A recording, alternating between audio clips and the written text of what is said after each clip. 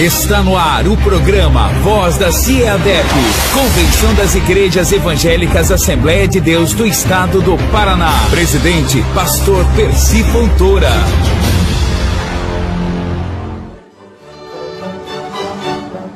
Que alegria, direto da nossa 59ª AGO. Nós estamos aqui na cidade de Guarapuava e eu estou tendo aqui o privilégio de falar um pouco com o nobre pastor, o nobre escritor e esta sumidade que está com a gente aqui, pastor Elianai Cabral. Pastor Elianai, que alegria ter o senhor no programa Voz da CIADEP. É um programa veiculado no Brasil e no mundo através da web rádio, nossos programas de rádio, enfim, todas as redes sociais. Que alegria ter o senhor com a gente. A paz do senhor, pastor Elianai. A paz do senhor, é um prazer imenso poder cumprimentar a todos os irmãos que assistem na tela este programa, e eu quero aproveitar para parabenizar pela grande iniciativa no trabalho de comunicação que a convenção aqui do Paraná vem realizando. Eu estou feliz por esta oportunidade, por esta convenção, em poder participar da mesma de um modo especial. Pastor Elianai, o senhor é um pastor que nos inspira. Por quê? Me perdoe de dizer isso, apesar da tua idade bem na frente da gente, o senhor é uma figura marcante em todo o território nacional.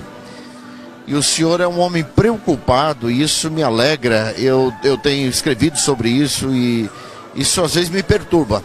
O caminho que nós estamos tomando em relação aos dons espirituais, ao fervor pentecostal. Eu tive a honra de dar aula junto com o senhor em Porto Velho.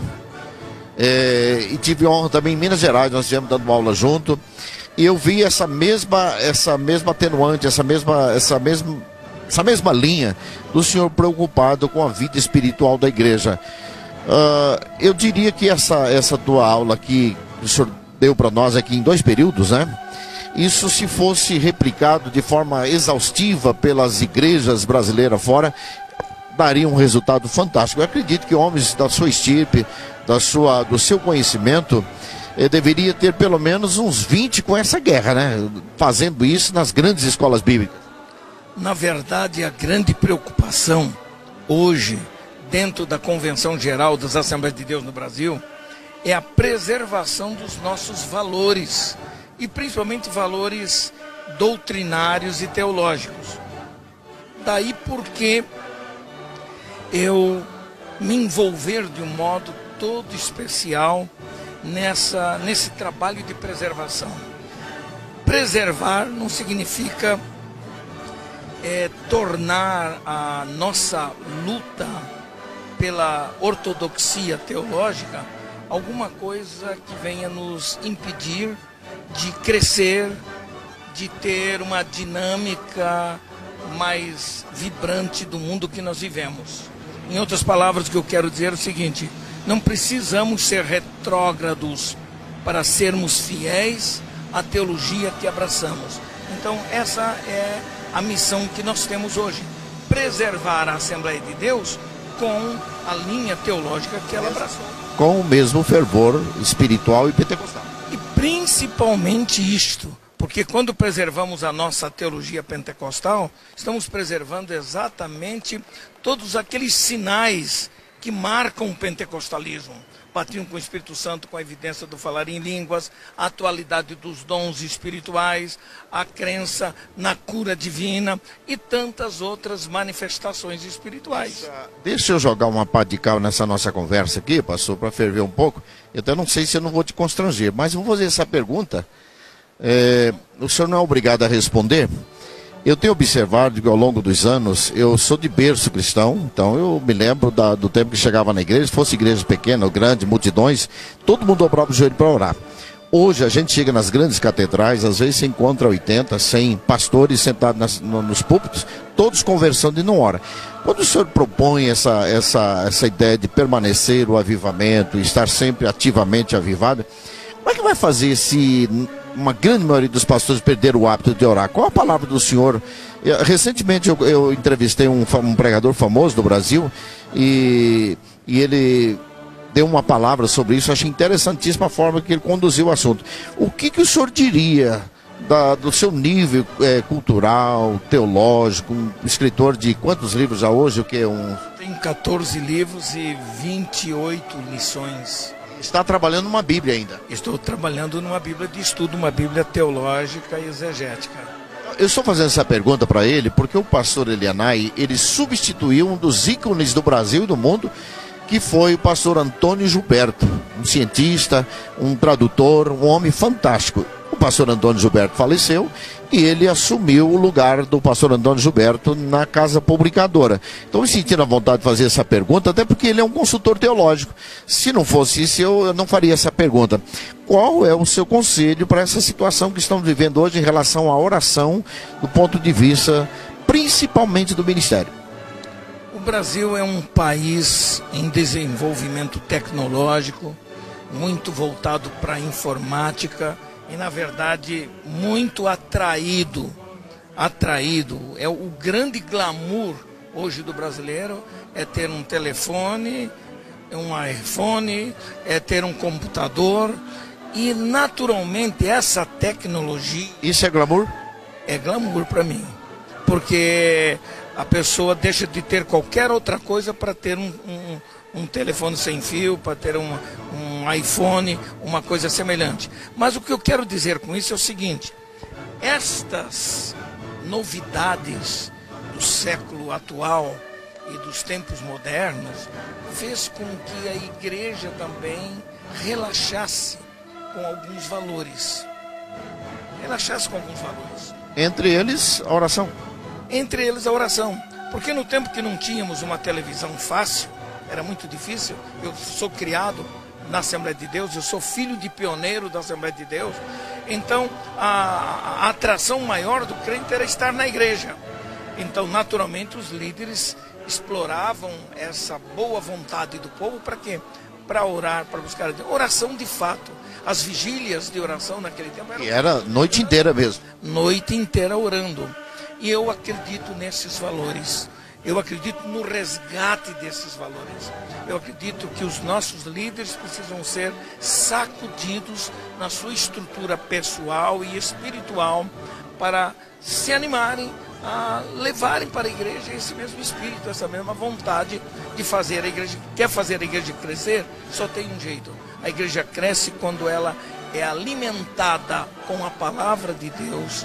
Não basta que a igreja tenha lindos corais, tenha excelentes pregadores, excelentes mestres. Ela precisa de mais do que isso.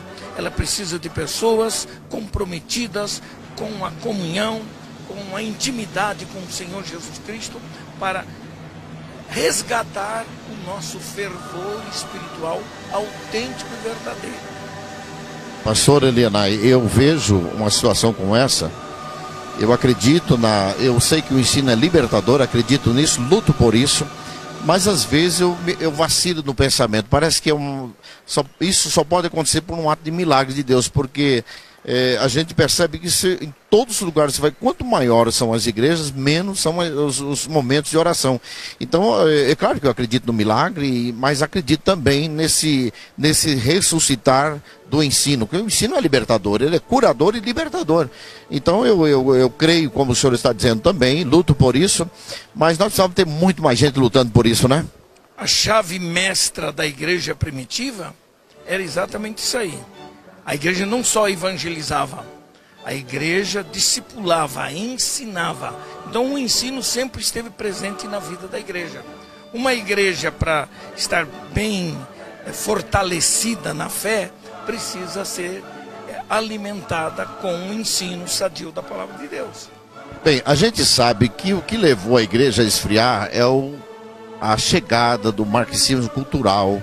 Tirou muita gente do ambiente da fé, virou aquela fé relativa, o evangelho relativo. A gente sabe que isso é o mal do nosso momento. Mas se a gente tiver mestres, líderes dessa estirpe, né, com conhecimento, acredito que nós vamos avançar muito no Brasil, muitas coisas vão melhorar. Eu vi um vídeo do senhor. Alguém gravou o senhor numa pregação, já está chegando em milhões. Eu achei fantástico a sua fala ali, inclusive é um vídeo que o Brasil inteiro está acessando. E o senhor fala muito sério ali sobre os dons espirituais, mas os dons não voltam se não voltar a vida de oração. O senhor concorda comigo? Não Não há dúvida disso. Se quisermos resgatar a atualidade dos dons espirituais na vida da igreja, precisa de oração. Precisamos conduzir a igreja, convencer a igreja da necessidade da oração. Fazer da oração um prazer e não um castigo, como muita gente imagina. Pois é, essa é uma parte interessante que o pastor disse aqui. Estamos encerrando a entrevista. Você que está chegando agora, acompanhando o programa, é importante pensar nisso, que para muitas pessoas orar é um castigo. Mas quando ele pegar o hábito da oração, a comunicação com Deus, aquilo que Oséias disse, conhecer ao Senhor no processo de intimidade, né? Nós vamos passar a ter prazer em orar. A oração fará falta para você como faz falta o prato de comida, o alimento que você come ao sentar na mesa. Chegarmos nesse ponto, a oração nossa passa a ser prazerosa. Eu até penso o seguinte: se a liderança da igreja, que é o ponto-chave, o elemento inicial para qualquer movimento na vida da igreja, inclusive da oração, se os nossos líderes valorizarem mais o ensino da palavra e começarem a entender de que valores como oração, comunhão, intimidade com Cristo, fará com que o resgate real dos dons espirituais aconteça. É o que nós sentimos estar rareando hoje. Quase não vimos mais a manifestação dos dons espirituais. Quando se manifesta, alguns desses ainda sofrem críticas porque eles são envolvidos às vezes por um certo exibicionismo espiritual em que falta... Às vezes é uma histeria e não um movimento espiritual. Um exibicionismo, uma vontade de aparecer, ou até um auto-engano que a pessoa tem. Ela se deixa levar por pensamentos que vêm à mente e atribui isso ao Espírito Santo como palavra dele, principalmente no campo da profecia. Então, a profecia, ela vem de Deus à mente da pessoa. Ela pode dizer aquilo que Deus quer que seja dito, ela pode torcer.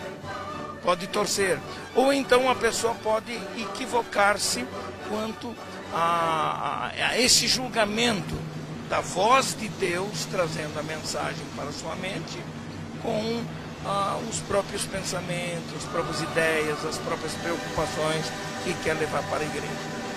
Maravilha, olha, nós tivemos esse momento especial aqui. Eu conversei no nosso programa hoje, eu conversei com o pastor Elianai Cabral, consultor teológico da nossa CPAD, escritor de mais de 14 livros, está escrevendo aí, fazendo uma nova tradução, né? Uma tradução, como é que diz aí?